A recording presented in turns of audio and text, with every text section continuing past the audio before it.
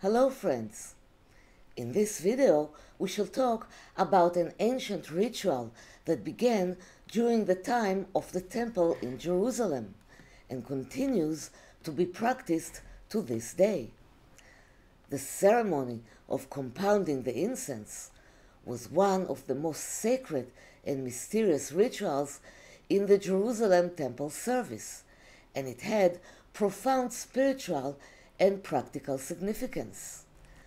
The process of compounding the incense, combining various plants and minerals which carried mystical powers according to a specific formula and at specific times, served to spread a pleasant fragrance in the temple and create an atmosphere of holiness, as well as to purify the air both physically and spiritually.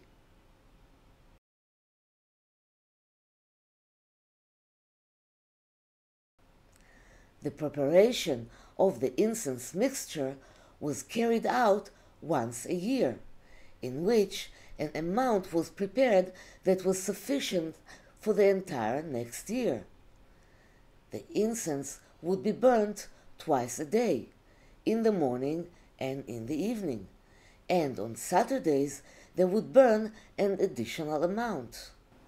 Other times when the priests would burn the incense were on the evening of Yom Tov, holidays, during the dedication of the altar, during the coronation of the king, during periods of epidemics, and every time the high priest entered the Holy of Holies.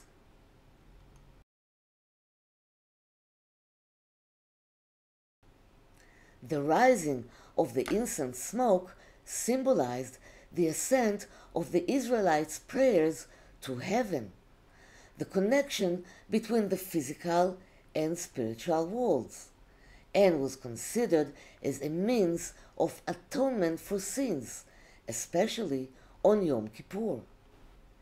After the destruction of the Second Temple, when the priests no longer performed the worship in the temple, the recitation of the text of the tractate of compounding the incense, Pitum Haketoret, is used as a literal substitute to the sacrificial work.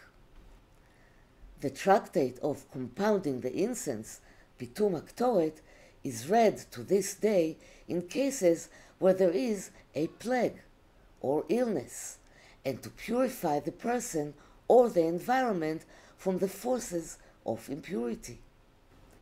The tractate of Pitum Haketoret, as we know it today, does not appear in its entirety in the Bible.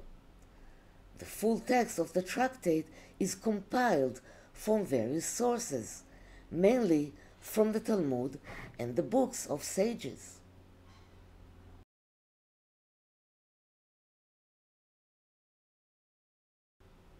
In the Jewish tradition today, the tractate is recited at the end of the morning prayer, or in the Mincha, afternoon prayer, and many people read it as a part of a personal prayer in times of trouble, or as a virtue for good livelihood, health, or success in any area of life. According to the Holy Ari, reciting the tractate of Pitum Haketoret is most beneficial on Shabbat night, and considered as a virtue of success and well-being and wealth. Traditional Jews recite the tractate when they come home from the synagogue on Shabbat night to eliminate the influence of the forces of evil, and it helps to start the new week as a smooth and clean page. Reciting the tractate of Pitum Haketoret is good for any situation in which the person must free himself from the grip of the shells, the powers of impurity and darkness. It releases the grip of impurity from a person when they are compelled to endure hardship for their livelihood, or when his health and well-being are at risk.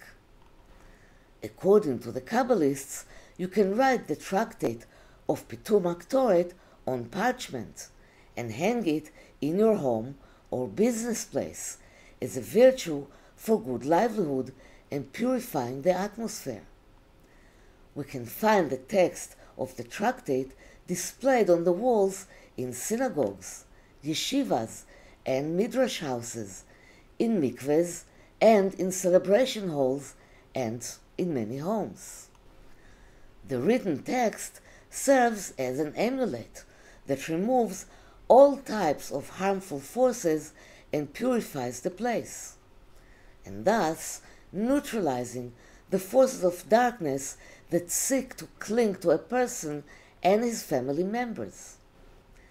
That's why the tractate of Pitum Haketoret is also good as a virtue for bringing domestic peace and alleviating anger and tensions. When the forces of impurity are neutralized, there is nothing that will hinder a person from prospering in any area of life. And here is what I prepared for this purpose.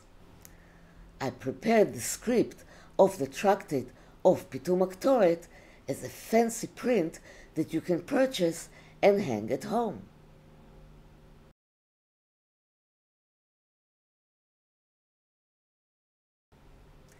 You can find the print on my website, Kabbalah Insights, among other beautiful and useful items of Kabbalistic art that I created.